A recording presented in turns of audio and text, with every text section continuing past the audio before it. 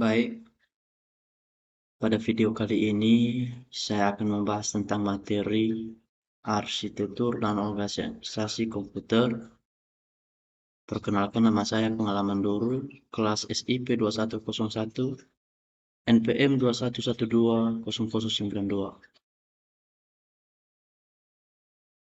Pada video ini saya akan menjelaskan tentang materi 1, pengertian arsitektur dan organisasi komputer.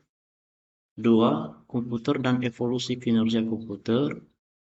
3, Central Processing Unit. 4, memori. 5, set instruksi. 6, bahasa assembly.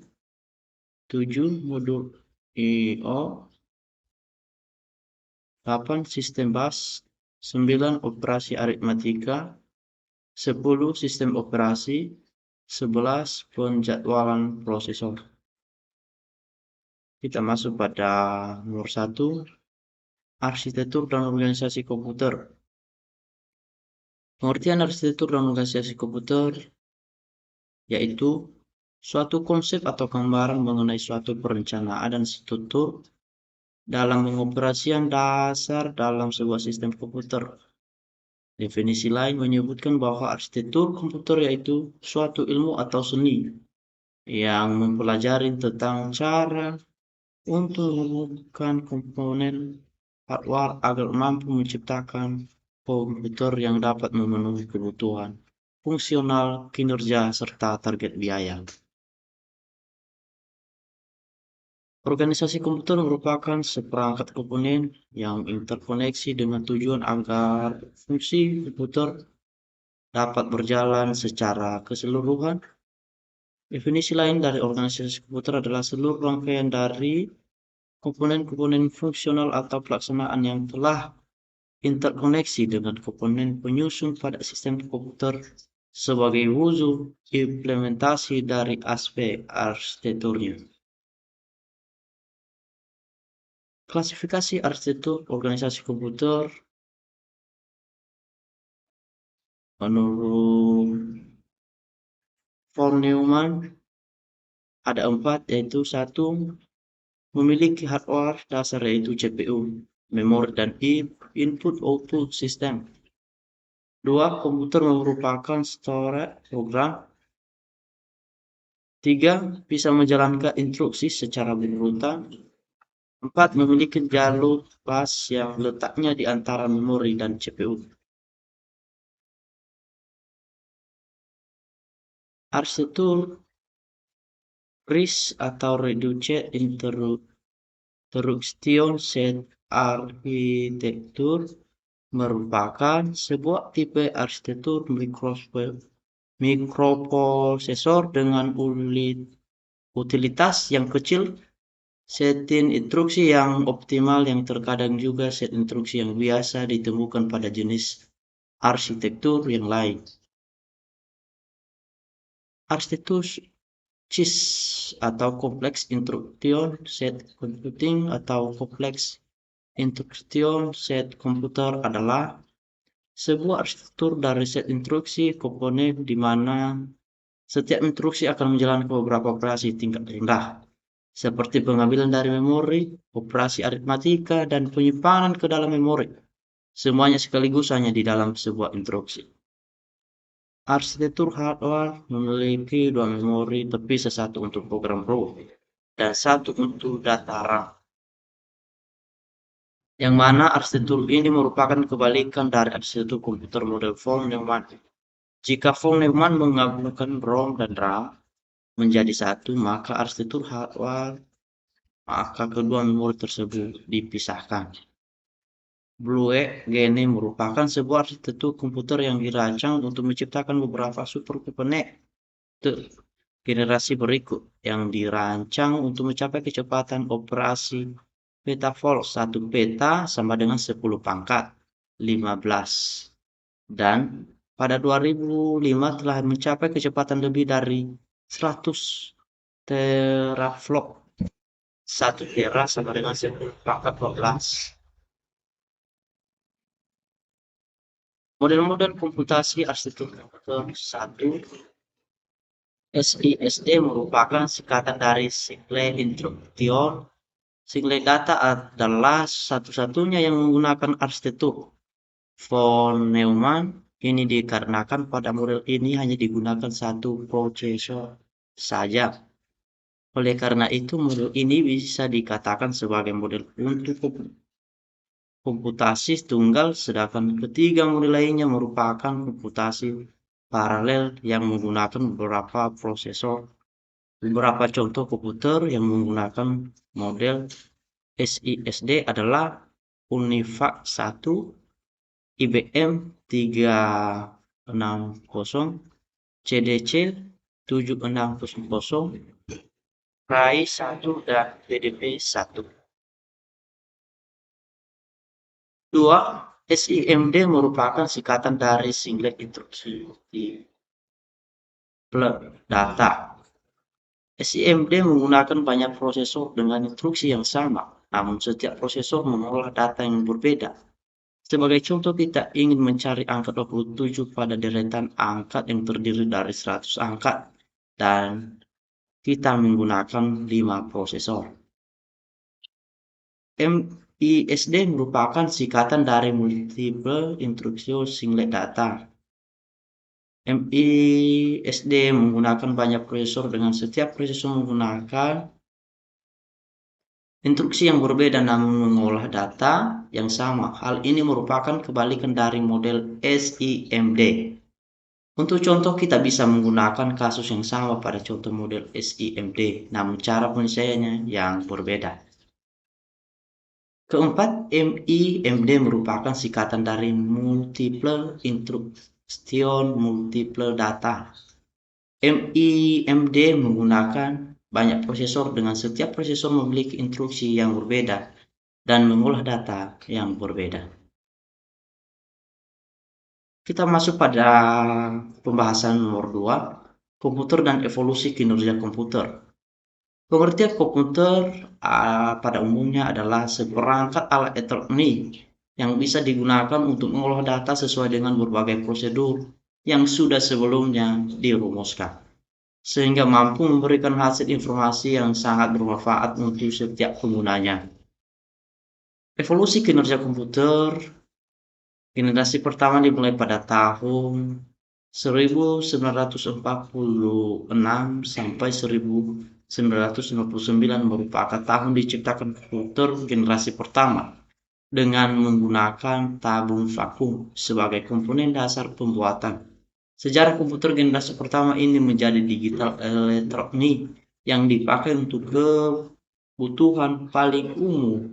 Program ENIAC ini sudah dirancang pada tahun 1942 namun dimulai pada tahun 1943 dan selesai pada tahun 1946. Generasi kedua dimulai pada tahun 1959 sampai 1965. Komponen dasar untuk merancang komputer adalah teknologi transistor. Komponen ini dinilai jauh lebih efisien dibandingkan dari tabung vakum. Transistor mempunyai ukuran lebih kecil dibandingkan tabung vakum serta daya listrik yang diperlukan juga lebih kecil untuk mengoperasikannya. Generasi ketiga dimulai pada tahun 1965 sampai 1971, yang mana komputer dibuat menggunakan Integrated Circuit atau ICS. Teknologi ini menggeser fungsi transistor dengan sebagai komponen dasar komputer. Transistor masih tetap digunakan tapi ukurannya diperkecil. Beberapa transistor yang berukuran kecil tersebut dimasukkan di IC bersama dengan resistor dan kapasitor. Komputer generasi ketiga menjadi komputer pertama yang membuat operator dapat berinteraksi menggunakan keyboard dan monitor dengan tampilan sistem aplikasi. Generasi keempat dimulai pada tahun 1971 sampai sekarang. Komputer yang kita pakai sekarang merupakan komputer generasi keempat yang mana dibuat dengan menggunakan komputer dasar bernama mikroprosesor Chip mikroprosesor memiliki ribuan transistor dan beberapa macam elemen sirkuit yang mana saling berhubung menjadi satu. Pada tahun 1971, IBM menciptakan komputer yang didesain khusus untuk kalangan rumahan. Sedangkan Apple mempublikasikan Macintosh untuk pertama kalinya pada tahun 1984, yaitu sebuah sistem operasi agar dapat dijalankan dari perangkat komputer. Kita masuk pada pembahasan nomor 3, Central Processing Unit. Pengertian CPU. Central Processing Unit atau CPU merupakan perangkat keras komputer dengan tugas untuk menerima dan menyelesaikan perintah dan data yang diterima dari perangkat lunak. Komponen CPU. Berikut beberapa komponen diantaranya yaitu unit kontrol. Komponen ini yang mengatur jalannya program. Komponen ini tentu ada di semua CPU. CPU bertugas mengontrol komputer sehingga sinkronisasi yang terjadi antara komponen bekerja dalam menjalankan fungsi operasi. Termasuk tanggung jawab unit kontrol ialah mengambil perintah instruksi dari memori utama dan menentukan jenis instruksi. Register. Register adalah perangkat penyimpanan kecil yang memiliki akses kecepatan yang cukup tinggi, yang digunakan untuk menyimpan data dan atau instruksi yang sedang diproses. Memori ini bersifat sementara, biasanya digunakan untuk menyimpan data saat diolah atau data untuk diproses lebih lanjut. 3. Arithmetic Logic Unit atau ALU. ALU berfungsi untuk melakukan operasi aritmatika dan operasi logika berdasarkan set instruksi yang ditentukan. ALU sering disebut bahasa mesin dikarenakan pada bagian ini ALU terdiri dari dua bagian. Aritmetika, satuan dari boleh, unit logika yang masing-masing memiliki spesifikasi pekerjaan sendiri. Fungsi CPU. Fungsi utama dari CPU adalah melakukan operasi aritmatika dan logika pada data yang diambil dari memori atau dari informasi yang dimaksud melalui beberapa perangkat keras, seperti keyboard, scanner, tuas kontrol, dan mouse. CPU kontrol menggunakan sekumpulan instruksi perangkat lunak komputer. Cara kerja komputer melakukan 3 tahap, yaitu 1. Menerima informasi dari perangkat input seperti keyboard dan mouse. 2. Memproses informasi yang diterima pada bagian CPU atau Central Processing Unit.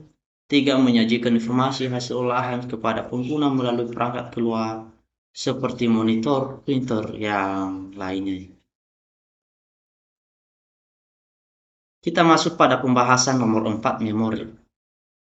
Definisi memori merupakan komponen yang penting di dalam suatu komputer yang berada di dalam CPU atau Central Processing Unit. Di mana memori merupakan bagian dari komputer yang berfungsi menyimpan data. Memori ini akan menyimpan setiap program dan data yang diproses oleh prosesor. Memori internal dan eksternal. Memori internal adalah memori yang disimpan secara langsung oleh bagian prosesor. Fungsi utama dari memori internal adalah sebagai pengingat data-data atau program-program yang pernah digunakan saat komputer atau laptop sedang dijalankan. Sedangkan memori eksternal adalah memori portable yang bias dicabut ataupun dilepas pasang sesuka hati. Contoh dari memori eksternal ini ada beberapa seperti SSD, hard disk, dan kartu memori.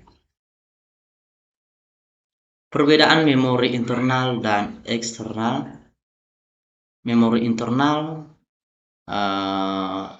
Penyimpanan data, 2. UFS dan MEMC, 3. Tertanam, 4. Semua jenis data, 5. Lebih cepat dan stabil, 6. Tetap.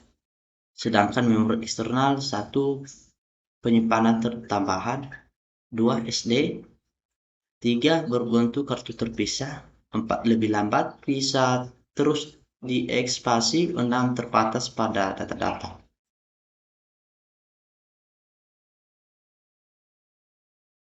Operasi sel memori. Elemen dasar memori adalah sel memori walaupun digunakan sejumlah teknologi elektronik. Seluruh sel memori memiliki sifat-sifat tertentu. Satu, sel memori memiliki dua keadaan stabil atau semi-stabil yang dapat digunakan untuk merepresentasikan bilangan biner 1 atau 0. Dua, sel memori mempunyai kemampuan untuk ditulis atau sedikit stabil. Tiga, sel memori mempunyai kemampuan untuk dibaca. Metode akses memori. Sequential access yaitu metode akses yang bekerja dengan cara mengakses titik tertentu di perangkat memori untuk mengakses data. Proses ini digunakan beberapa perangkat secara bersama. 2. Direct access yaitu metode akses memori yang juga digunakan beberapa perangkat secara bersamaan. Namun sebagai tambahan, setiap unit recall dan blok dilengkapi dengan alamat yang unik dan ditentukan berdasarkan lokasi masing-masing.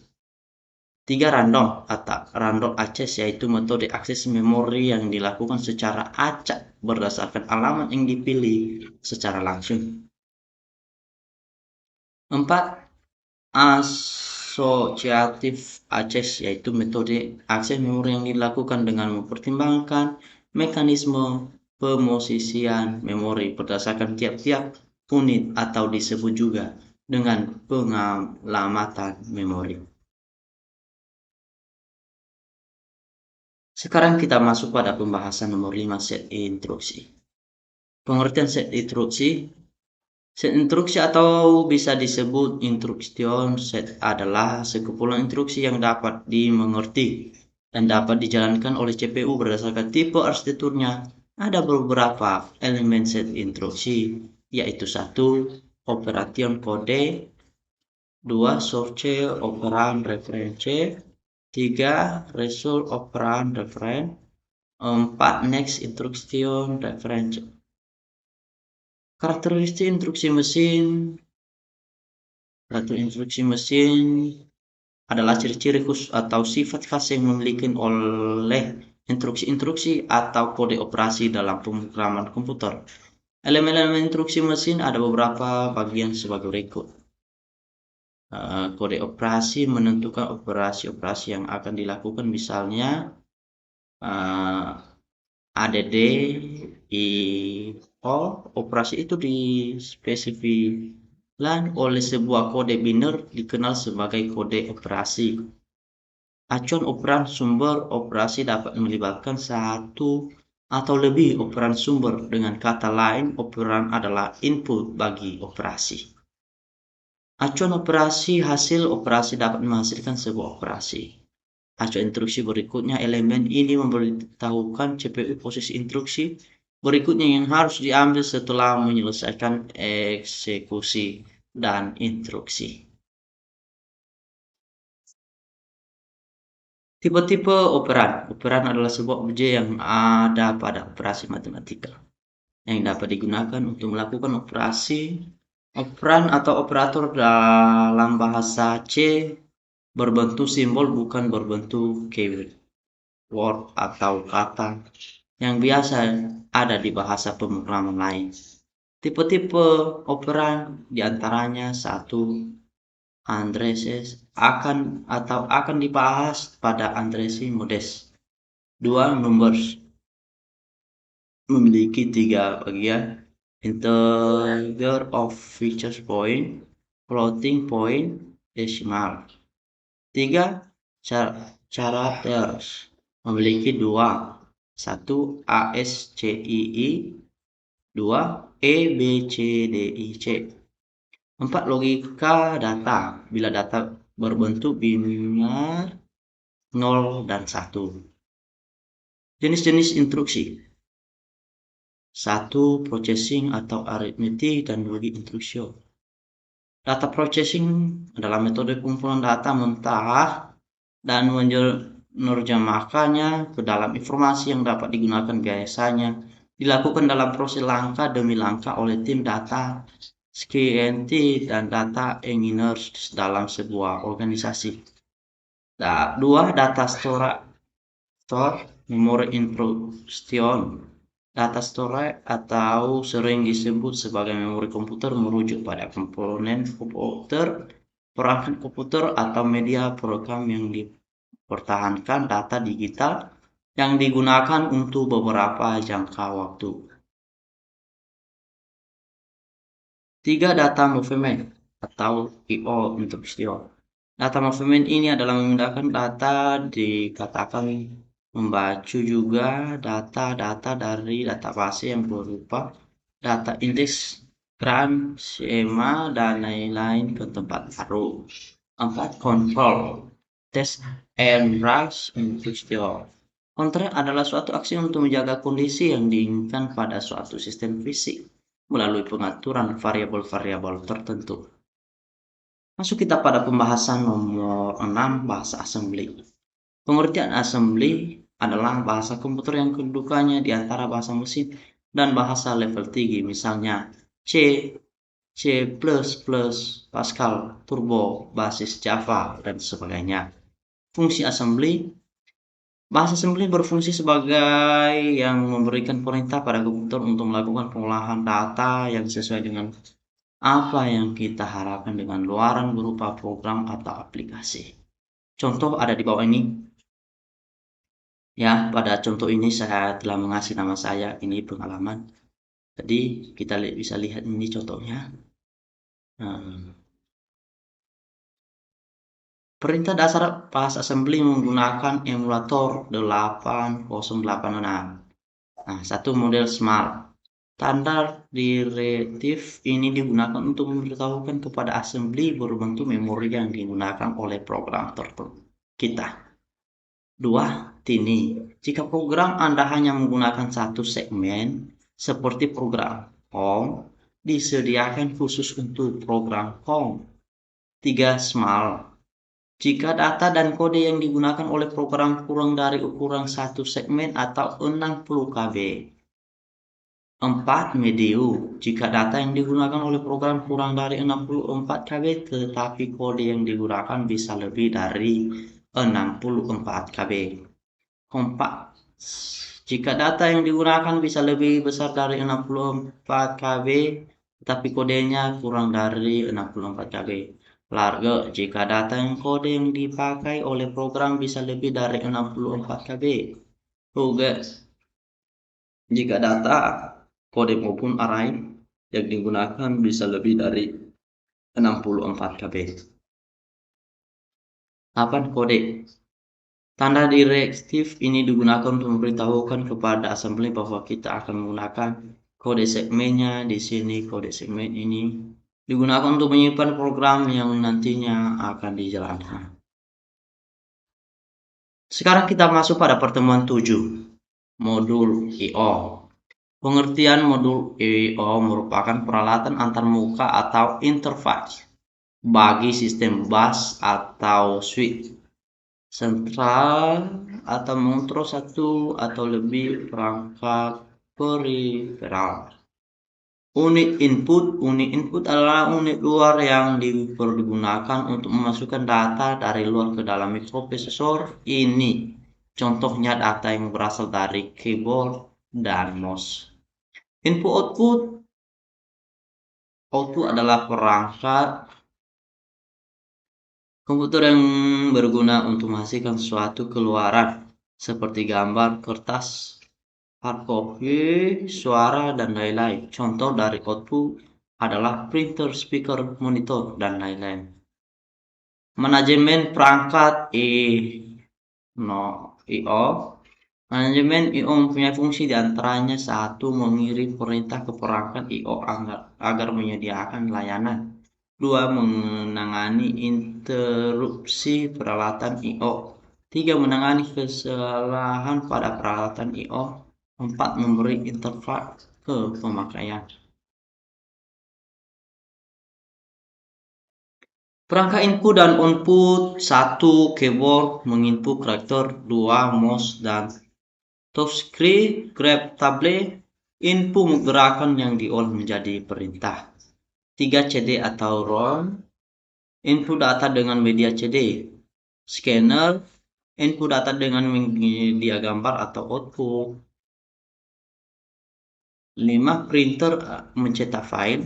6. Monitor menampilkan data. 7. Speaker output suara atau mengeluarkan suara.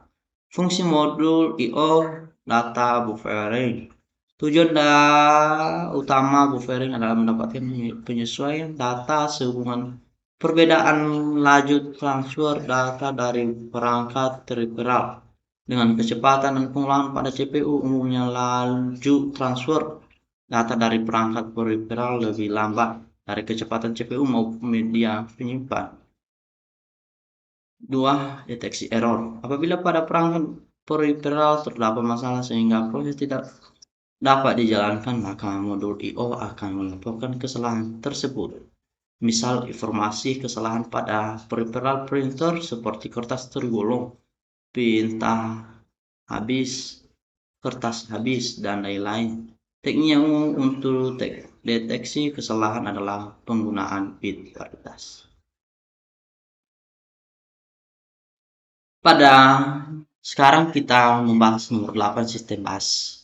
Nah, ini gambarnya CPU, ada itu input device dan output device. Ini dia.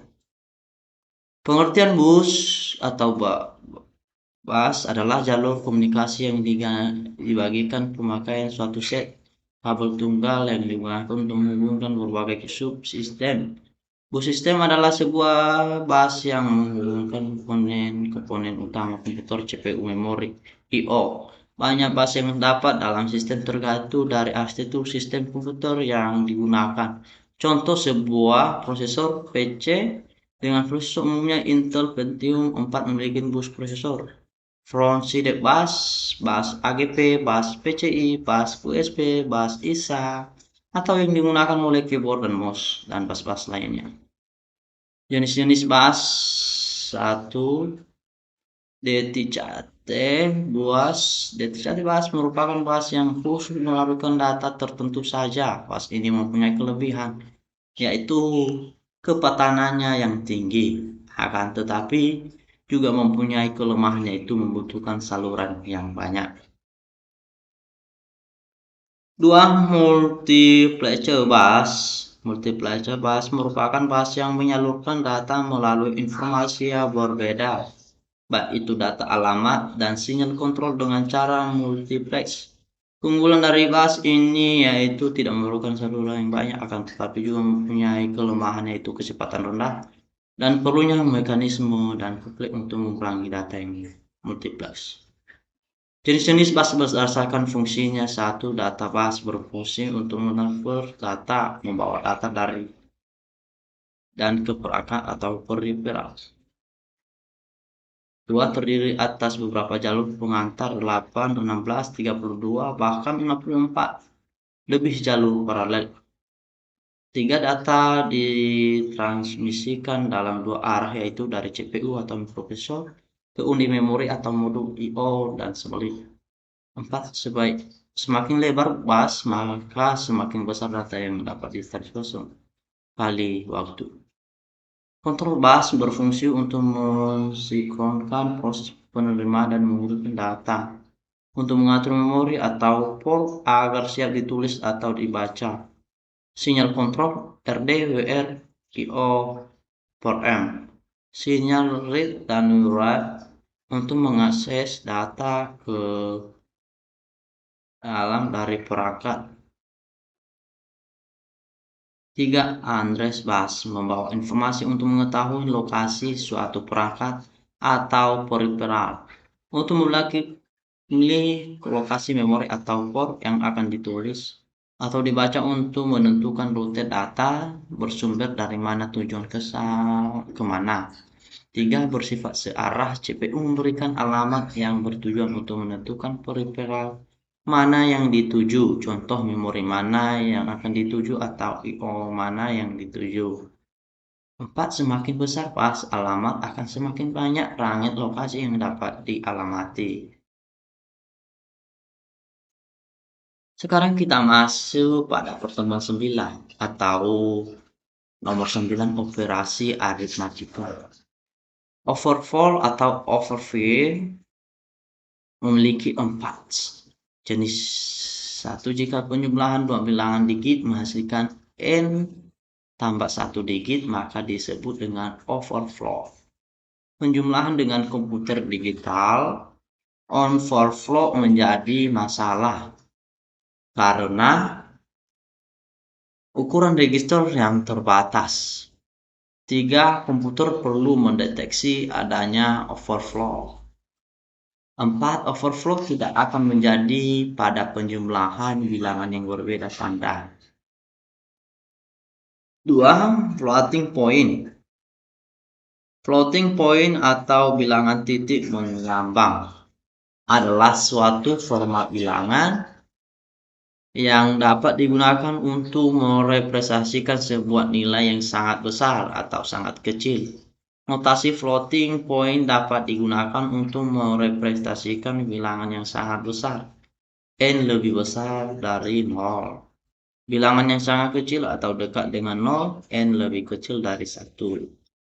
Maupun bilangan yang terdiri dari keduanya. Sekarang kita masuk pada nomor 10, sistem operasi. Pengertian sistem operasi. Sistem operasi adalah perangkat lunak sistem yang mengatur sumber daya dari perangkat keras atau hardware dan perangkat lunak atau software, serta sebagai juri atau dewan untuk program komputer. Tanpa sistem operasi, pengguna ini tidak dapat menjalankan program aplikasi pada komputer mereka, kecuali program booting. Macam-macam sistem operasi komputer memiliki 4, 1. DOS, Windows, Linux, dan Mac OS. Smartphone atau handphone memiliki 5, 1. Java, 2. Symbian, 3. BlackBerry, 4. Android, 5. iOS. DOS. Sistem operasi DOS atau Disk Operating System merupakan salah satu software yang termasuk dalam golongan sistem operasi. Disk Operating System dipakai pada media penyimpanan disk, baik disket maupun hard disk. Beberapa produk DOS sampai saat ini adalah DOS 1.0, DOS 2.0, DOS 3.0. Nah, di sini tersambung. Itu DOS 3.1, DOS 3.2, dan DOS 3.3. Nah, ada juga DOS 4.0, DOS 5.0, DOS 6.0.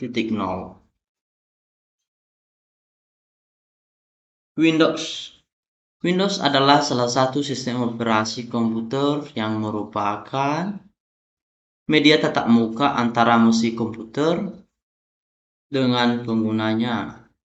Microsoft Windows atau yang semakin dikenal dengan sebutan Windows merupakan keluarga sistem operasi yang dikembangkan oleh Microsoft dengan memakai antarmuka pengguna grafis.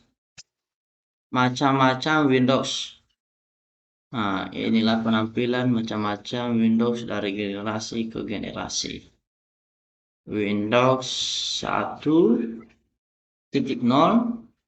ada Windows 2.0, ada Windows 3.0, ada Windows 95, ada Windows NT 4.0, ada Windows 98, ada Windows 2000, ada Windows ME, ada Windows XP, ada Windows Vista, ada Windows 7, ada Windows 8, ada Windows 10, dan ada juga Windows Plus. Ini penampilan dari macam-macam Windows. Nah, ini dia. Ini semua macam-macam Windows ya. BlackBerry adalah sistem operasi mobil yang dikembangkan oleh Razer in Motion atau RIM untuk lini BlackBerry smartphone. Android memiliki 3 bagian. Satu, Android dengan logo uniknya yaitu robot hijau. Sebetulnya sudah ada sejak lama.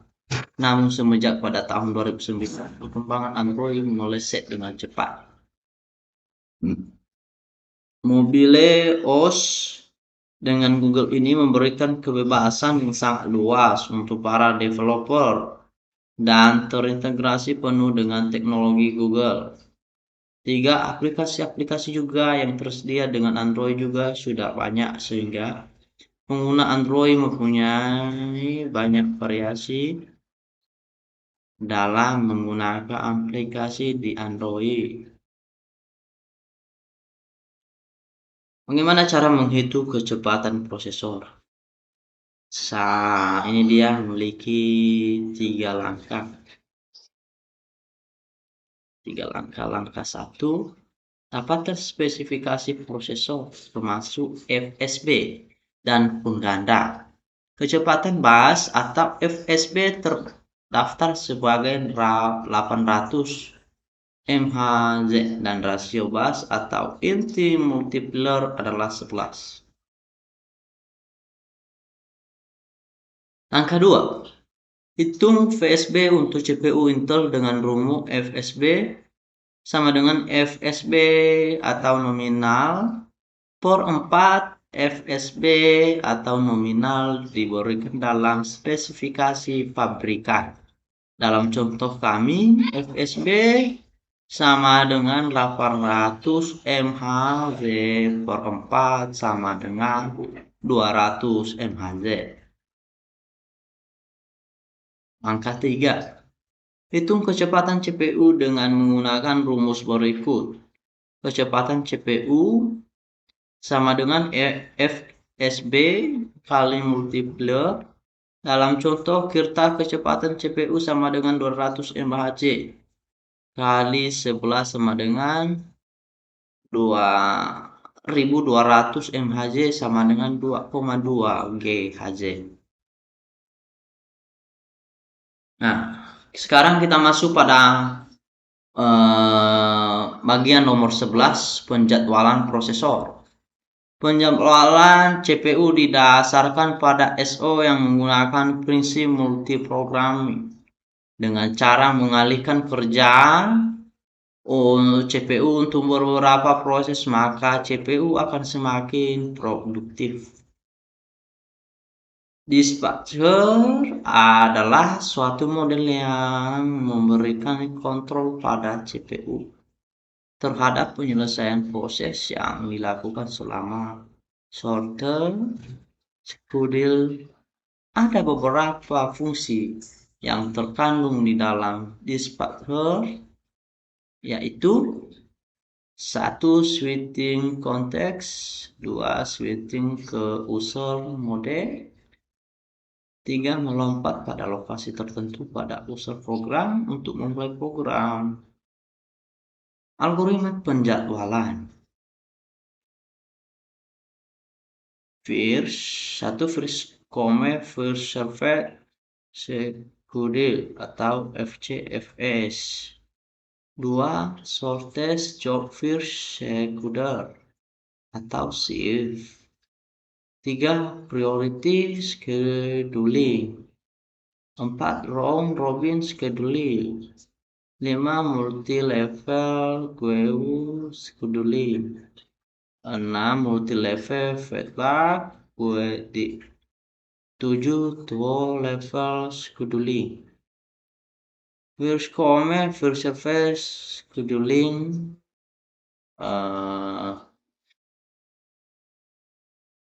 ada di bawah ini. 1, proses yang pertama kali meminta jatah untuk menggunakan CPU akan dilayani terlebih dahulu. AWT dan algoritma ini cukup besar. Misalnya ada 3 proses, P1, P2, dan P3 yang meminta layanan CPU sebagai berikut. Nah, ini tabelnya. Ini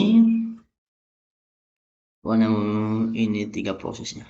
Proses ada P1, P2, P3 di mana burst time dari P1 sama dengan 24 dan P2 sama dengan 3 dan P3 sama dengan juga 3. Dan ada juga Ganker.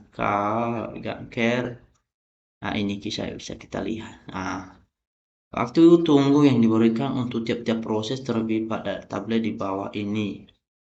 Nah, ini dia.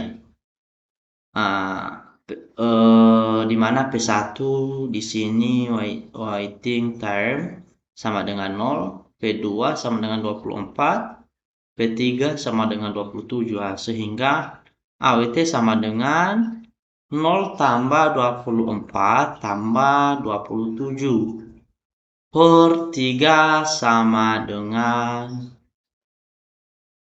ms 17 ms. Nah, hal ini akan menjadi sangat berbeda jika urutan kedatangan proses adalah P2 ini, maka berbeda jika urutan kedatangan prosesor lebih duluan P2, P3 baru P1 ini dia. Nah, kita bisa lihat di sini ini. Ini. Waktu tunggu yang diberikan oleh tiap-tiap prosesor terlihat pada tabel di bawah ini ya. Proses di mana P2 sama dengan 0, P3 sama dengan 3 dan P1 sama dengan 6. Baik, demikian penjelasan saya tentang materi arsitektur dan organisasi komputer. Dan jika banyak kekurangan, mohon dimaafkan. Dan saya ucapkan terima kasih. Selamat siang.